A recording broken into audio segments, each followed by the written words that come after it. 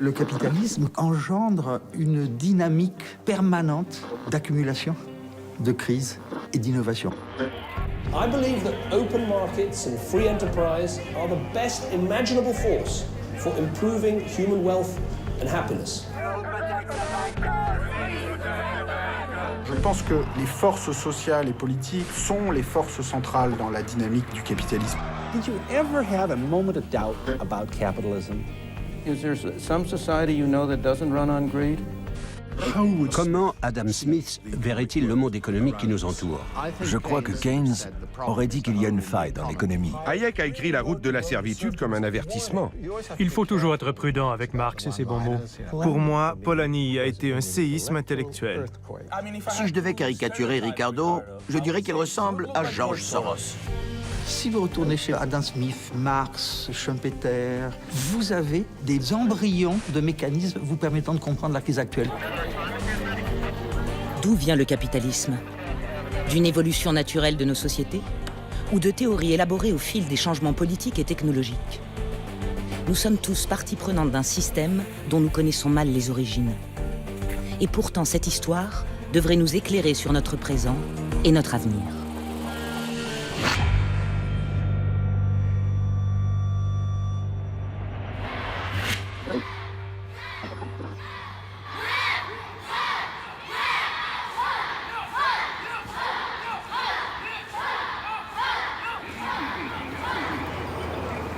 À Nanjé, dernier village communiste de Chine, l'Orient est toujours rouge. Le temps s'est arrêté sur la place centrale, avec ses posters géants des pères fondateurs du communisme. La voix du peuple résonne toujours dans les haut-parleurs. Marx fait-il figure de dernier rempart contre le capitalisme débridé qui règne aujourd'hui en Chine?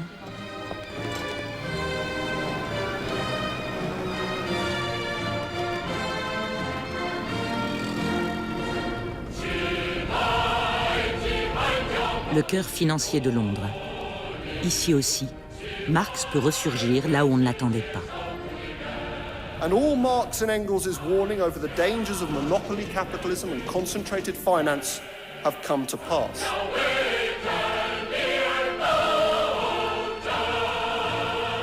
Et dire que nous pensions qu'il avait disparu à jamais.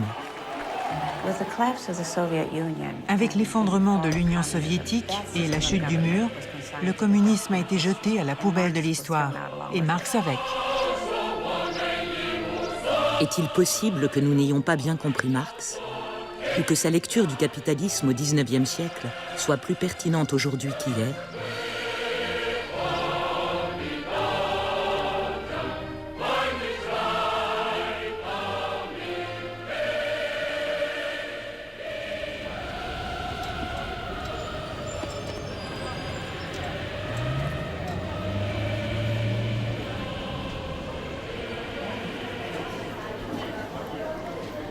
Des touristes chinois visitent la maison natale de Marx à Trèves.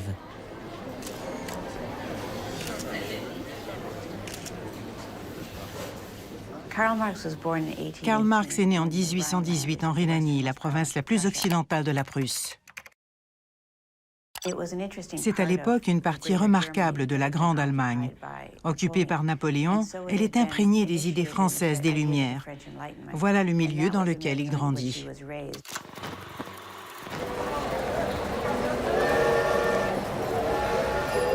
Je n'ai aucun regret, écrit une jeune femme à son amoureux. Quand je ferme les yeux très fort, je repose à nouveau près de ton cœur, ivre d'amour et de joie. Une lettre d'amour comme une autre, au début du XIXe siècle, dans une ville de province allemande. La seule différence, c'est que l'homme à qui s'adresse cette lettre d'amour, c'est Karl Marx.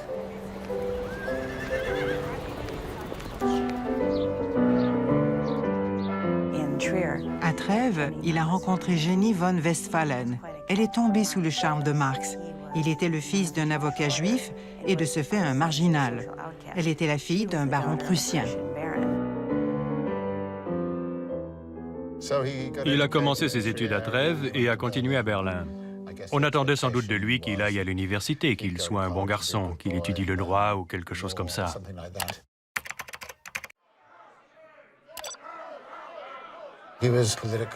Il était déjà très engagé politiquement. Il y avait toujours ce genre de questions liées à l'après-révolution française. Pouvait-on avoir une sorte de démocratie libérale? Qu'allait-il arriver au régime autocratique en Allemagne? Et ainsi de suite. Il était confronté à toutes ces questions.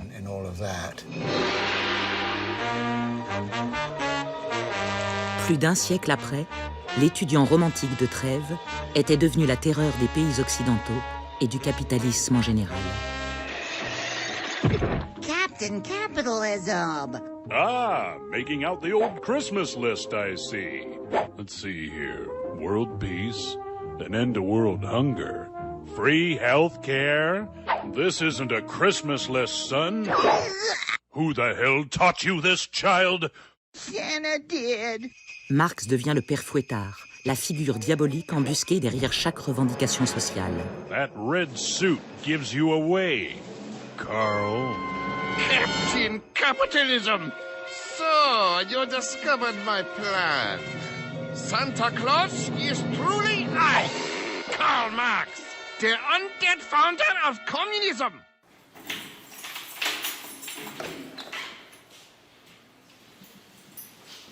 La transformation radicale d'un étudiant prometteur en dangereux révolutionnaire trouve peut-être son explication au sous-sol du musée de Trèves, bien à l'abri dans un coffre.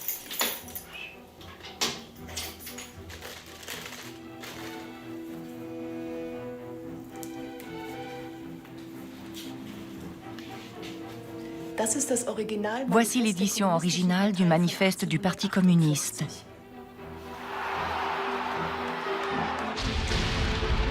En cette année 1848, des révoltes populaires secouent l'Europe. C'est l'occasion que Marx attendait après des années de militantisme en faveur de réformes politiques radicales. Un spectre hante l'Europe, dit la préface du manifeste du Parti communiste. Le spectre du communisme. Toutes les puissances de la vieille Europe se sont unies en une sainte alliance pour traquer ce spectre. Malheureusement pour Marx, il avait toujours du retard dans ses travaux et n'a publié le manifeste du Parti communiste qu'après le début des révoltes de 1848. C'est pourquoi il n'a pas pu s'en attribuer le mérite. Et le manifeste du Parti communiste a, en quelque sorte, été noyé dans la Révolution. Il n'a été redécouvert qu'après. Mais l'histoire du manifeste a en fait commencé à Paris, 5 ans plus tôt, en 1843, quand Karl Marx rencontre Friedrich Engels, le fils révolutionnaire d'un riche industriel de Manchester. Ils se sont rencontrés au café de la Régence à Paris, connu dans le monde entier comme rendez-vous de joueurs d'échecs. Marx et Engels ont passé 10 jours et 10 nuits à parler. Et à la fin de cette période, ils ont eu le sentiment d'être d'accord en tout point. Une belle relation est née.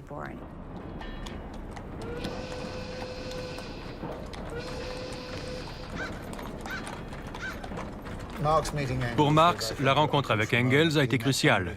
Il a rencontré quelqu'un qui travaillait réellement dans une usine de Manchester et qui pouvait donc lui parler des conditions de travail. Ils sont plus esclaves que les Noirs d'Amérique, écrivait Engels, parce que plus sévèrement surveillés. Et on leur demande encore de vivre, de penser et de sentir en hommes. Oui, vraiment.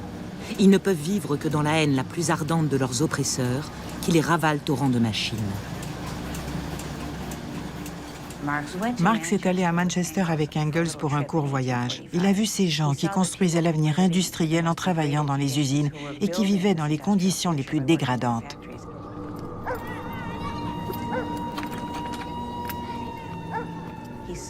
Il a vu ces familles laminées par l'usine, ces mères qui devaient donner de l'opium à leur bébé le matin pour pouvoir aller travailler en songeant que les enfants seraient drogués toute la journée et n'auraient pas besoin qu'on s'occupe d'eux.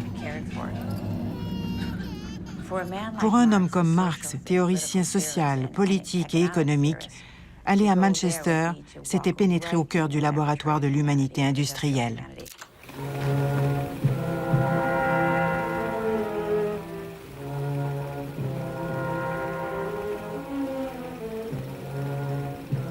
Ever hear of Karl Marx? In his mind, communism was born more than 100 years ago. En 1848, le manifeste était peut-être passé inaperçu. En 1917, il devient le programme de la révolution bolchevique. Looking closer, we see a public display of giant portraits of communist leaders. Here was a new face, but in the background was an old one, Karl Marx.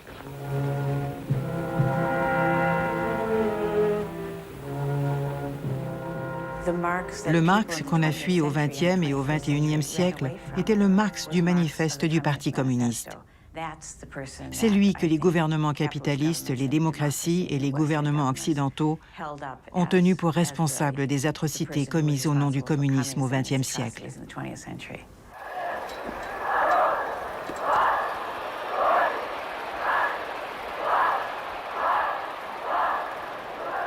Alors peut-être avons-nous fait l'erreur de trop nous focaliser sur le message révolutionnaire. Peut-être fallait-il lire le manifeste comme l'analyse de la vraie révolution dont Marx se rendait compte, le capitalisme.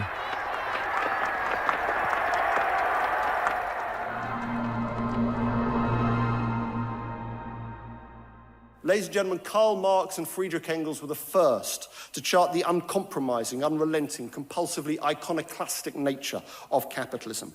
It has pitilessly torn asunder the motley feudal ties that bound man to his natural superiors, and has left remaining no other nexus between man and man than naked self-interests, than callous cash payments.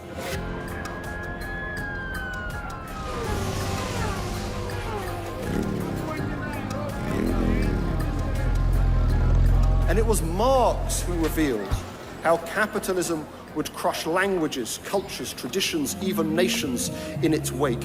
In one word, it creates a world after its own image, he wrote.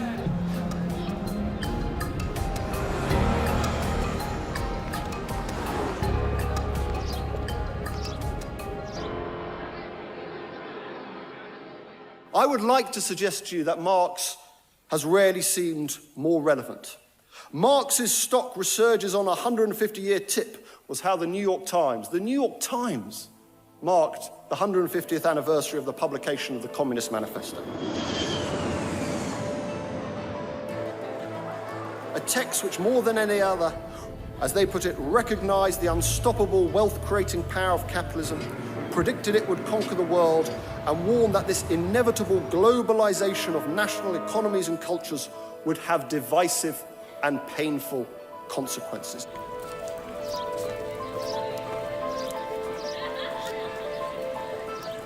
Après la publication du manifeste du Parti communiste, Marx est expulsé d'Europe continentale. Le voici à nouveau expatrié dans le Londres de 1850.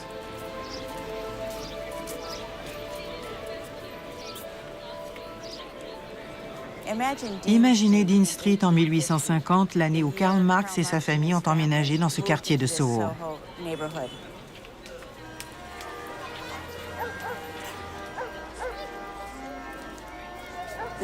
Les rues grouillaient de réfugiés dont les révoltes avaient échoué sur le continent.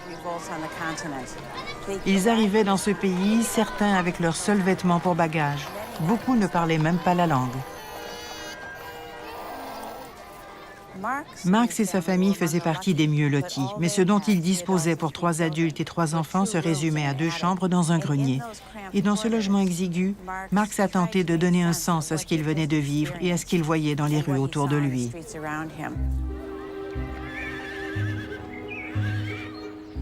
Alors qu'il commence à écrire Le Capital, une exposition toute nouvelle s'ouvre juste à côté.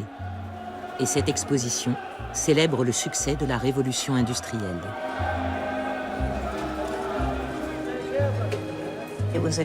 Tout était à la gloire de l'industrie. On y exposait les plus grands progrès de l'humanité. Une nouvelle ère voyait le jour. Le capitalisme régnait en souverain, et pendant ce temps, Marx s'acharnait à écrire sur les raisons pour lesquelles ce système ne pouvait pas fonctionner.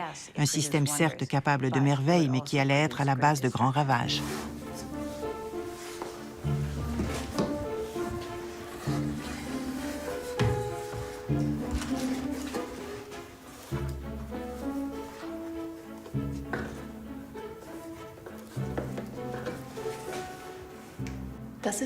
Voici l'édition originale du Capital de Karl Marx de 1867. J'enseigne la pensée de Marx. Et il y a une question que je pose toujours. Que pouvons-nous apprendre de Marx? Et que devons-nous faire pour nous-mêmes?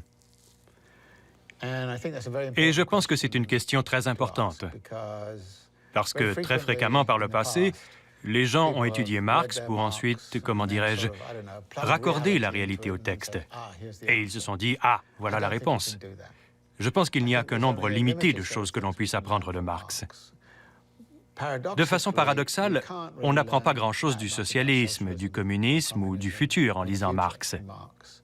Mais on en apprend énormément sur le fonctionnement du capital. La richesse des sociétés dans lesquelles règne le mode de production capitaliste s'annonce comme une immense accumulation de marchandises. Karl Marx, premier volume du Capital. L'analyse de la marchandise, forme élémentaire de cette richesse, sera par conséquent le point de départ de nos recherches.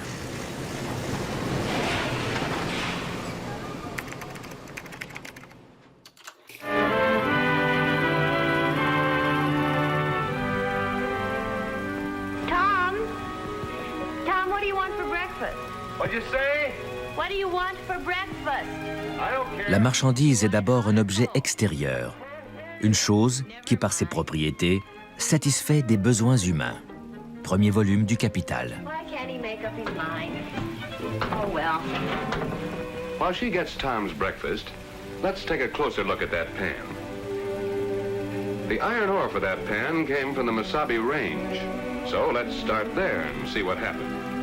Maybe it'll give us an idea of just what it is we have. Dans le premier volume du Capital, Marx rédige une courte section intitulée « Le fétichisme de la marchandise ». En gros, cela signifie que notre expérience quotidienne ne nous donne pas toutes les informations dont nous aurions besoin pour comprendre comment fonctionne le système. Notre expérience quotidienne se résume à acheter un produit avec de l'argent et le rapporter chez nous. C'est notre expérience quotidienne. Mais cela ne nous apprend rien du travail fourni pour la fabrication du produit. Cela ne nous dit pas pourquoi il peut coûter 2 fois plus qu'un autre.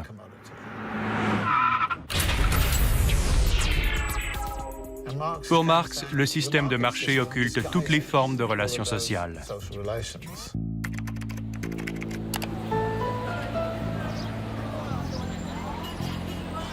Les différentes marchandises n'ont qu'une seule propriété commune qui les rende comparables entre elles lors de l'échange. Elles sont des produits du travail, le capital. La révolution industrielle que, par convention, on fait remonter à 1780, se fonde sur la création d'un système d'usine avec des machines à grande échelle et, bien sûr, un processus de travail très différent de celui dans lequel étaient engagés les artisans qui fabriquaient des meubles.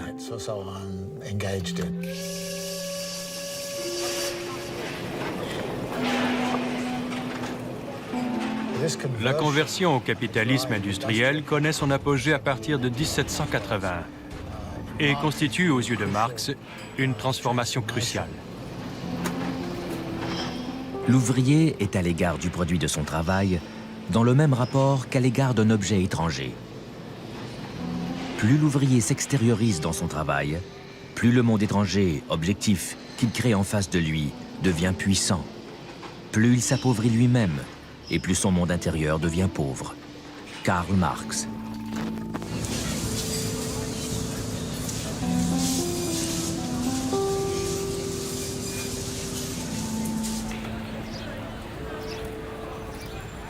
Cet ouvrier qui fabrique des iPads a demandé à rester anonyme. On lui a fourni une caméra pour qu'il filme sa vie à l'extérieur de l'usine.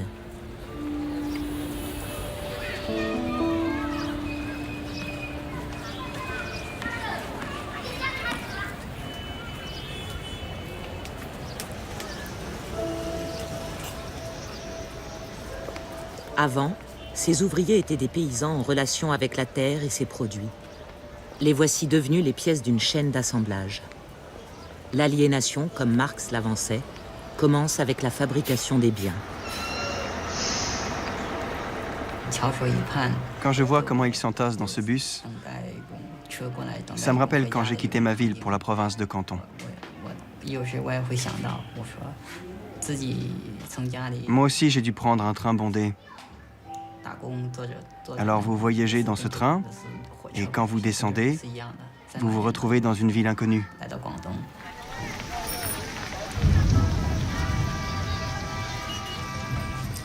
C'est très difficile de s'intégrer. Je crois qu'on est juste ici pour vendre notre force de travail.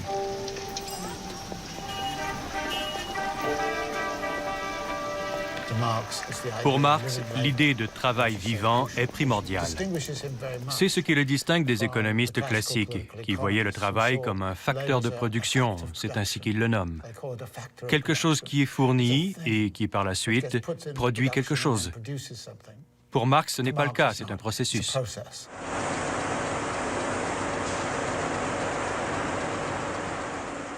Je donnais un cours d'introduction à la géographie et à la première leçon, je demandais « Pouvez-vous me dire d'où vient votre petit déjeuner d'aujourd'hui »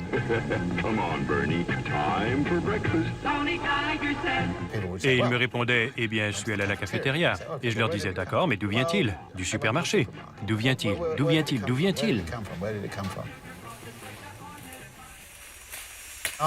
Et ainsi, je les amenais à penser à la personne qui coupe la canne à sucre en République dominicaine, puis à ce sucre qui arrive sur la table du petit déjeuner. Ainsi, on crée une relation entre nous et la personne qui récolte la canne à sucre. Mais le marché ne nous dit rien de tout cela, il l'occulte. Cette campagne luxuriante en Inde recèle ce que Marx considérait comme une autre caractéristique de l'extension du marché: la nécessité de transformer toujours plus le vivant en marchandise.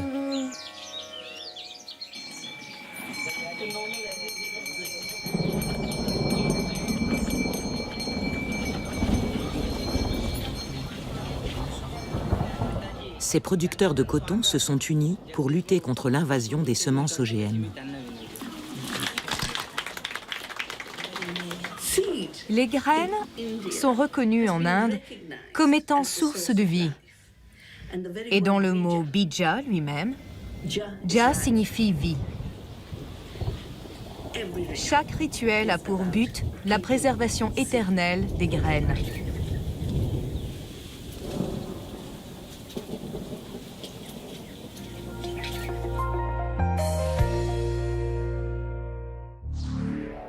Ces semences sont désormais traitées génétiquement et produites comme des marchandises.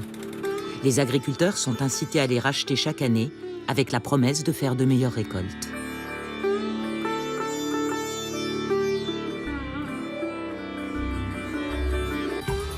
Biotechnology, answering the world's call for a better future, today.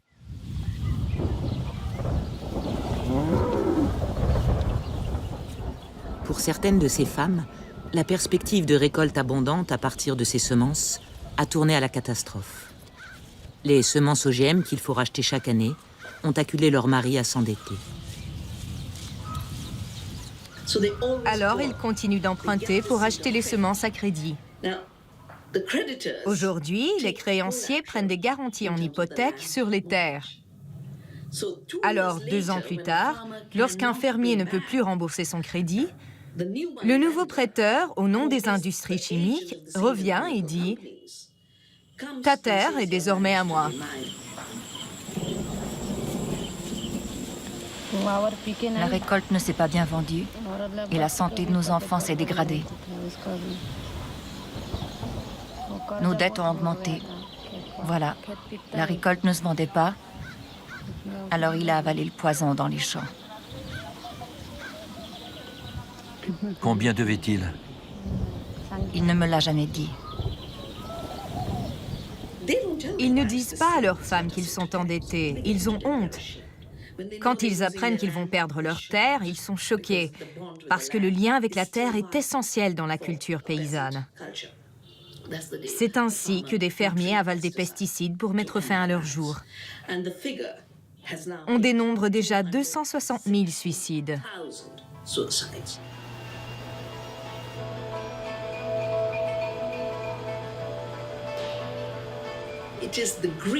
C'est l'avidité de l'accumulation des capitaux qui a transformé les semences en un produit qu'il faut racheter chaque année, qui les a transformées en marchandises, en produits de consommation, en nouvelles sources de profit pour les grandes compagnies.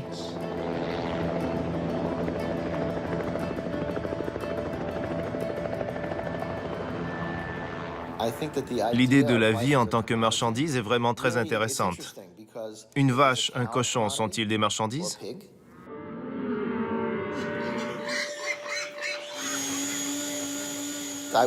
Je crois que ça fait très longtemps que ce sont des marchandises et qu'on s'en fiche un peu. Alors, où fixe-t-on la limite? Quand il s'agit d'êtres humains? Je pense que l'on ne se préoccupe que des êtres humains. Il se peut que notre société ait déjà franchi cette limite. Her announcement made headlines around the world. Angelina Jolie underwent a double mastectomy after a genetic test showed she had a mutated BRCA1 gene, giving her an 87% chance of getting breast cancer. Her news put this company, Myriad Genetics, front and center. It has patents on the BRCA1 and 2 genes. À partir du moment où l'on transforme la vie en marchandise, on la soumet aux lois du marché. Et pour les gènes comme pour les semences, il faut protéger les découvertes par des brevets. Pour beaucoup, le système d'investissement que nous avons dans ce pays est à l'origine de notre position de leader depuis longtemps et dans tant de pays. C'est comme ça que ça marche. Selon Marx, notre système de production ne change pas seulement la vie. Il transforme notre perception de la nature et de nous-mêmes. La théorie du changement social, selon Marx, est encore une fois un processus. Un processus qui dit que les idées doivent changer, mais que si les moyens de production ne changent pas, alors les idées ne signifient rien. Et si les moyens de production changent, mais pas les idées, c'est pareil. C'est la relation entre le processus de production, les idées, les relations sociales, les facteurs institutionnels et la vie de tous les jours qui doivent changer. The World Congress on Industrial Biotechnology and Bioprocessing, the world's largest industrial biotechnology event. Ce fétichisme, selon l'expression de Marx, masque l'impact de la marchandisation sur la société. Il y a encore 60 ans, les innovations scientifiques n'étaient que rarement brevetées et jamais industrialisées à ce point. 1955, a year of anxiety and triumphs. A major medical hurdle was crossed with the discovery by Dr. Jonas Salk of the anti-polio vaccine, which was to spread up... Il y a 60 ans, personne n'aurait pensé à breveter le vaccin contre la polio ou à le commercialiser. Who owns the patent on this vaccine? Well, the people, I would say. There is no patent. This is... Could you patent the sun? Et je me rappelle l'époque où nous avions des idées folles à propos de la solidarité sociale. À présent, nous sommes tous des individus. C'est ce qu'a changé le néolibéralisme.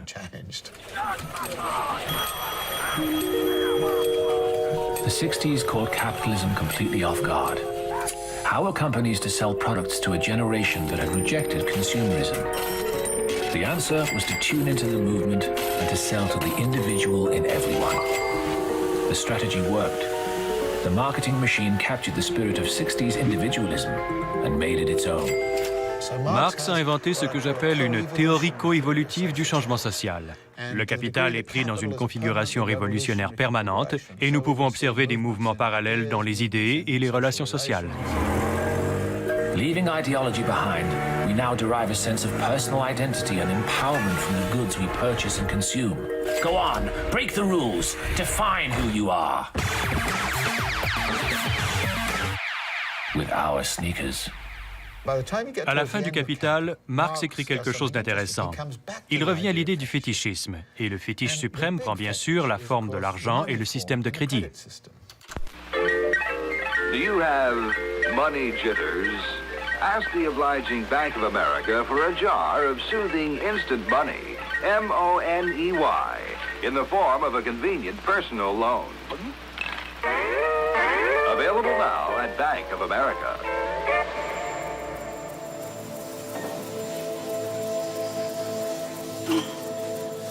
Pour que la demande et les profits de demain augmentent, la production d'aujourd'hui a besoin de financement.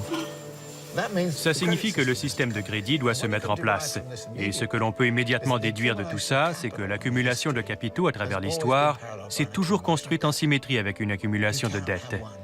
L'une ne va pas sans l'autre. Une grande partie du capital est toujours fictive et se compose simplement de signes de valeur, servant de commune mesure pour les échanges. Le capital. Une des choses que Marx a faites, je crois, très nettement, ça a été de démontrer des relations sous-jacentes fondamentales. Et la relation sous-jacente entre l'accumulation de la dette et l'accumulation du capital s'observe de multiples façons bien spécifiques. Je vous donne un exemple. On construit un lotissement. Où les constructeurs trouvent-ils l'argent pour le faire? Ils l'empruntent à une institution financière en disant « Donnez-moi l'argent, j'achèterai le terrain et je construirai les pavillons. Puis on appliquera un taux de rendement sur ces logements et je vous rembourserai. » Pour que cela se fasse, il faut qu'ils soient capables de vendre ces maisons à quelqu'un. Les acheteurs, eux, comment font-ils? Ils vont voir la même institution financière et disent « Prêtez-moi de l'argent pour acheter la maison dont vous avez financé la construction. » C'est l'œuvre du capital fictif. Parce que l'institution financière qui possède ce surplus monétaire finance en vérité à la fois la construction et l'achat de la maison.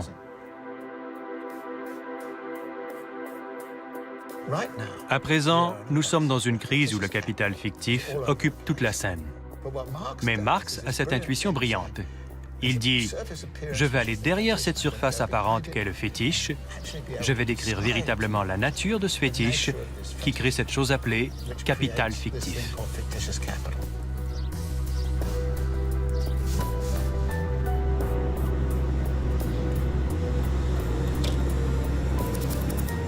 Adrian Sobaru peut être qualifié de victime de ce capital fictif. Victime d'une dette qui ne fut jamais sienne. Son histoire commence au Parlement roumain le 23 décembre 2011. Romania's parliament canceled a no-confidence vote on Thursday after Romanian electricians staged a one-man protest. C'est une journée assez particulière parce qu'il y avait une réunion importante du Parlement et on s'attendait à ce qu'il y ait des attaques politiques entre les hommes politiques, le pouvoir et l'opposition. Et puis à un moment donné, nous étions tous dans la rédaction et nous avons entendu une collègue qui a fait « Ah, il s'est jeté !» Doamnelor și domnilor senatori și deputați, distinși colegi, membri ai guvernului. Et là, il y a eu des bruits un peu bizarres à la télé parce que même les télés qui transmettaient en continu ne s'attendaient pas à ça. On a entendu des bruits, on a vu des images, on ne comprenait pas quoi, on ne savait pas qui s'était jeté, pourquoi, qu'est-ce qui s'était passé. Urgent, vă rog, urgent, asistență medicală pentru... Il avait écrit sur son t-shirt « Vous nous avez flingués. Vous avez assassiné l'avenir de nos enfants. Vous pouvez nous prendre notre argent et nos vies, mais pas notre liberté. » Ce matin-là, vers 3h, 4h, je me suis réveillé et j'ai fait ce t-shirt.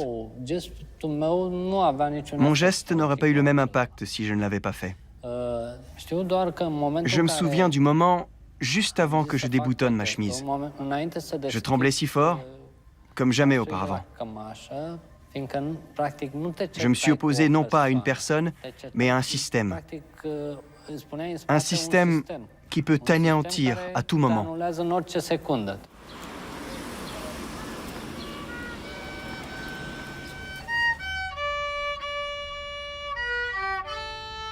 Dans ce petit appartement à Bucarest, Adrian Sobaru et son épouse ont élevé 2 enfants avec un maigre salaire de technicien à la télévision publique.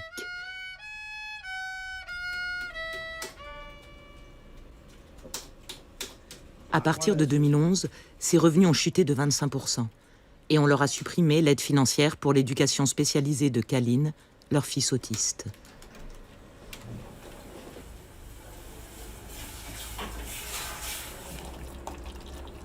Ce n'est pas de la folie.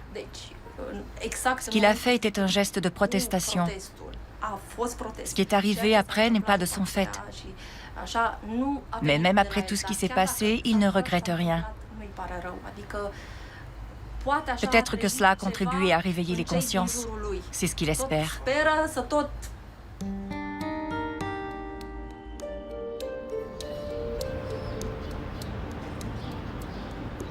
Pourquoi? Comment l'endettement de son pays a-t-il pu conduire Sobaru à cet acte désespéré?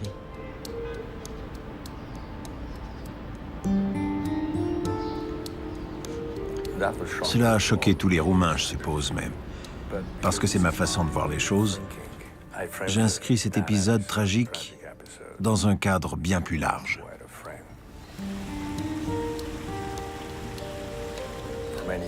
Durant de nombreuses années, j'ai pensé à la façon dont l'industrie financière allait à volo, à comment la haute finance avait déraillé et à ce qui n'allait pas. On s'est rendu compte que ce modèle de croissance au service du capital engendre une vulnérabilité de l'économie dans son ensemble.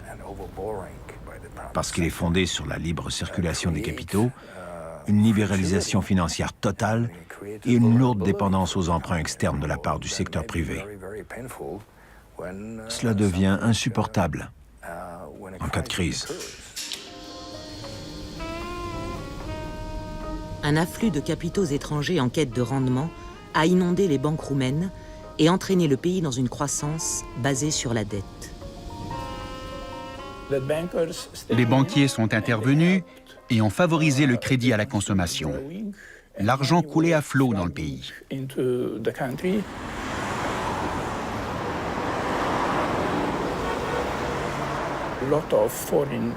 Beaucoup d'épargne étrangère a afflué en Roumanie via le système bancaire et a abouti dans les mains des consommateurs roumains. Tout le monde pouvait se permettre d'acheter de nouvelles choses, des voitures, des maisons. Et puis les gens pensaient, nous avons rejoint l'économie de marché et nous pouvons tout nous permettre. Mais en réalité, il y avait trop d'attentes et peut-être de vains espoirs.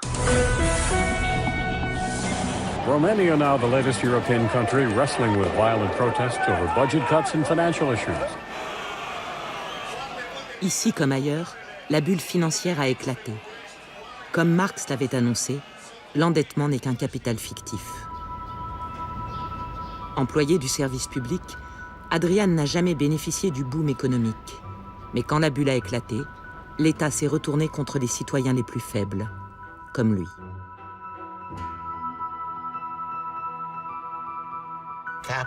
Le capital s'accompagne toujours de ses propres tendances à la crise. Si on pense à la dernière crise, elle a commencé dans l'immobilier. If deputies Alan Mathias and Derek Steverson come to your door, your house no longer belongs to you. It belongs to the bank. Puis, elle a touché les institutions financières. Et c'est devenu une dette publique. À présent, elle touche les populations. Mais les gens, très souvent, ne sont pas en mesure de le supporter. Alors, dans certains cas, elle touche à nouveau les institutions financières. Pour moi, Marx est très bon quand il s'agit de nous expliquer comment le capital se propage. Et quand il se propage, il enclenche un processus de destruction.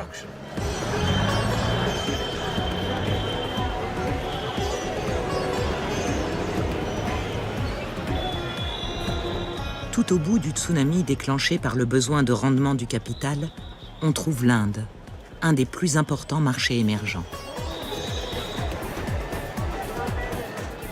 Le terme marché émergent apparaît à la fin des années 80 et au début des années 90.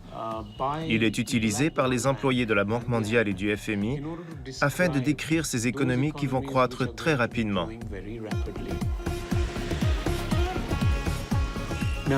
Pourquoi tiennent-ils autant à la croissance? Pas seulement parce qu'ils pensent qu'elle réduira la pauvreté. Non, ils s'intéressent surtout à la mesure quantitative de la croissance. Pourquoi cela? Si vous cherchez assez loin, vous découvrirez que si l'économie réelle, au lieu de, disons, 5% par an de PIB dans ces zones, monte à 8% ou 9%, Alors les profits des investisseurs financiers travaillant sur ces marchés augmentent proportionnellement.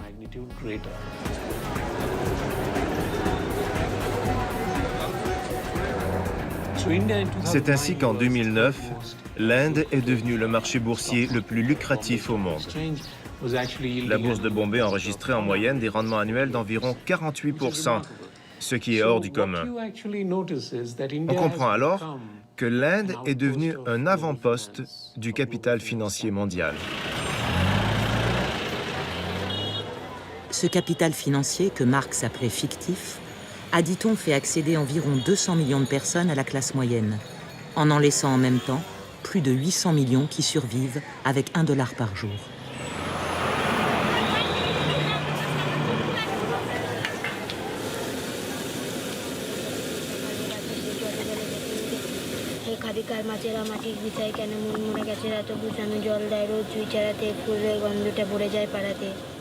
Je pense que le monde dans lequel on est en ce début du XXIe siècle ressemble beaucoup au monde qu'observe Marx au XIXe siècle. Il y a un vrai souci par rapport aux inégalités de son temps dont les économistes d'aujourd'hui feraient bien de s'inspirer. C'est-à-dire que ce qui alimente quand même l'inquiétude marxiste, et plus généralement les mouvements communistes et socialistes qui se développent dans la deuxième partie du XIXe siècle, c'est la très grande stagnation salariale. Une stagnation telle que, par exemple, aux États-Unis, un PDG qui gagnait 20 fois plus que ses employés dans les années 50 a vu son salaire gonfler à 120 fois en 2000. Et depuis, en 2013, il a encore presque doublé.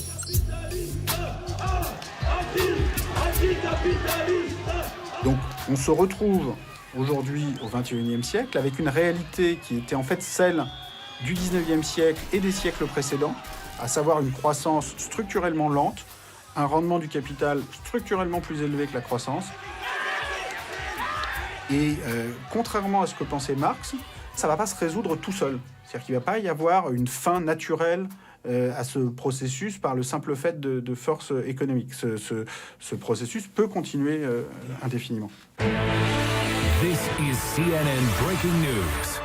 It was a Monday morning like none other in the 158-year history of financial giant Lehman Brothers. The company went bankrupt. Si, à l'inverse de ce que Marx avait prédit, le capitalisme n'est pas sur son lit de mort, quelle autre explication pouvons-nous donner à la crise de 2008 et à ses conséquences? We recognize that the very nature of globalization, which creates ever higher standards of living, also is a process which we call creative destruction. The problem with creative destruction is that it is destruction. La destruction créatrice est un terme forgé par l'économiste Joseph Schumpeter au début du XXe siècle. L'idée maîtresse de Schumpeter repose sur l'idée que le capitalisme se renouvelle constamment de l'intérieur. Il a appelé ça le processus de mutation industrielle au cours duquel un changement incessant détruit ce qui est ancien et fait de la place au nouveau. Et l'agent de ce changement, la personne par qui le changement arrive, c'est l'entrepreneur. Every once in a while, a revolutionary product comes along that changes everything. L'idée de base de la destruction créatrice, c'est qu'un nouveau produit ou un nouveau moyen de production, le côté créateur, c'est excellent. Mais il y a le côté destructeur qui chasse les produits ou les processus précédents. Et là, il y a une perte sociale et humaine. Schumpeter n'a pas accordé autant d'importance au côté perte qu'au côté bénéfice. Today we celebrate the first glorious anniversary of the Information Purification Directives. We have created, for the first time in all history, a garden of pure ideology. Je crois que Schumpeter partageait avec Marx l'idée que le capitalisme est dynamisme. Et, par exemple, dans son histoire de l'analyse économique, Schumpeter attaque complètement les théories de l'équilibre. Il n'y a pas d'équilibre.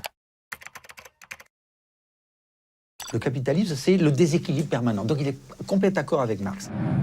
We are one people, with one will, one resolve, one cause. We shall prevail. On January 24th, Apple Computer will introduce Macintosh.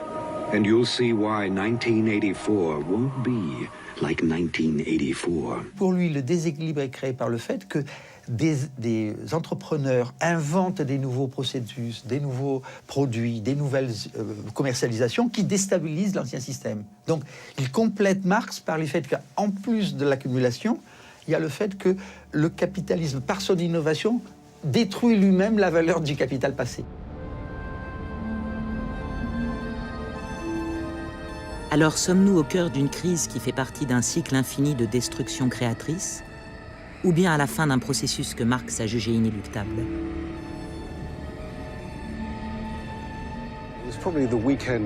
C'était sans doute le week-end qui a précédé la faillite de Lehman. En temps normal, c'est un peu bruyant. Mais à ce moment-là, on entendait voler les mouches, un silence de mort. Je pouvais presque sentir le système mondial se figer. Et c'était une idée assez effrayante.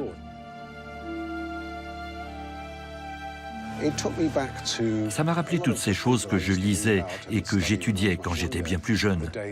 L'époque où je lisais Marx pour le plaisir. And all Marx and Engels' warning over the dangers of monopoly capitalism and concentrated finance have come to pass. So why then no total collapse of capitalism? Because right around the world, governments have been forced to bail out the so-called free market. We have bailed out the banks, we have subsidized industries, we've sorted out the insurance sector, we've underpinned financial services. It is the forces of collectivism which have saved capitalism. En 1991, le socialisme, à tout le moins le communisme, est mort dans le bloc de l'Est. En 2008, le capitalisme est mort. Lorsque j'étais un jeune étudiant en économie, le grand débat opposait les socialistes qui croyaient à l'économie planifiée et les partisans de Hayek, ou les néolibéraux qui croyaient au miracle du marché dans l'organisation des activités économiques.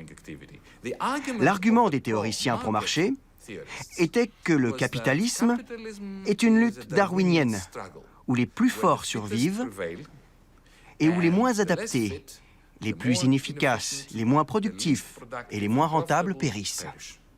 The New York State Attorney General says that Citigroup, Merrill, and 7 other banks which got $175 billion in tax-funded bailout money paid out $33 billion in bonuses. Eh bien, ce qui s'est passé après 2008, si on considère la façon si particulière dont les banquiers ont été sauvés, c'est du darwinisme inversé. Plus les banquiers échouaient, plus le soutien qu'ils recevaient de la part des contribuables était important. Et plus ils réussissaient à prélever le surplus que le reste de la société produisait. Nous avons donc affaire à un nouveau régime que j'appelle faillitocratie.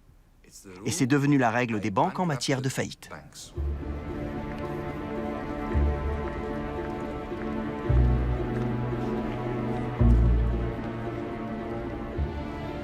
The whole point about the contradictions of capitalism is not specifically whether Marx's analysis is relevant, which personally I think in many ways it is, but it's the outcome, it's the synthesis, and our capacity to basically nurture and establish coping mechanisms.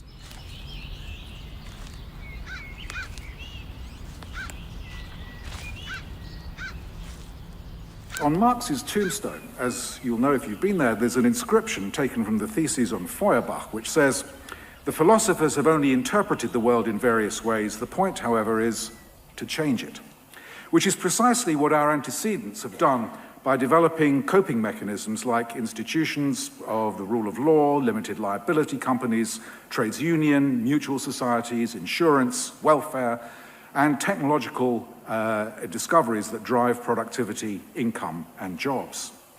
Finding those coping mechanisms is an endless task, and we need to make more progress.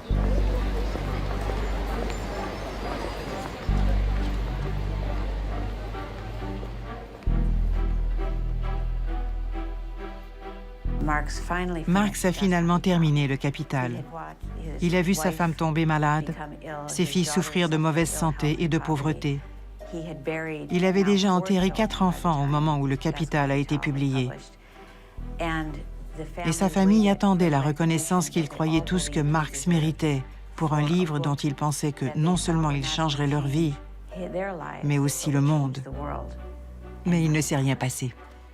Quand Le Capital a été publié, Engels et la famille de Marx n'ont pas arrêté d'écrire des critiques pour que le livre ne soit pas ignoré. Mais leurs critiques furent les seules à être écrites. Marx ne s'en est pas véritablement remis. Il meurt le 14 mars 1883, 2 ans après Jenny. 11 personnes seulement étaient présentes à son enterrement. C'est Engels qui prononça l'éloge funèbre. Dans l'après-midi du 14 mars 1883, à 3h moins le quart, le plus grand penseur vivant a cessé de penser. À l'origine, la famille Marx a été enterrée dans une parcelle modeste du cimetière de Highgate, juste à côté de l'allée où le monument se trouve aujourd'hui.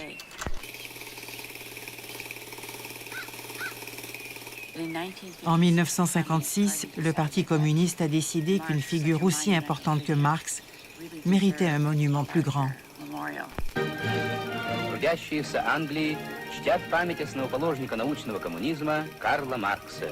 Alors ils ont construit ce monument. Et en un sens, je pense que c'est révélateur de ce qui est arrivé à l'héritage de Marx, aux idées de Marx, telles qu'elles ont été comprises ou mal comprises au XXe siècle.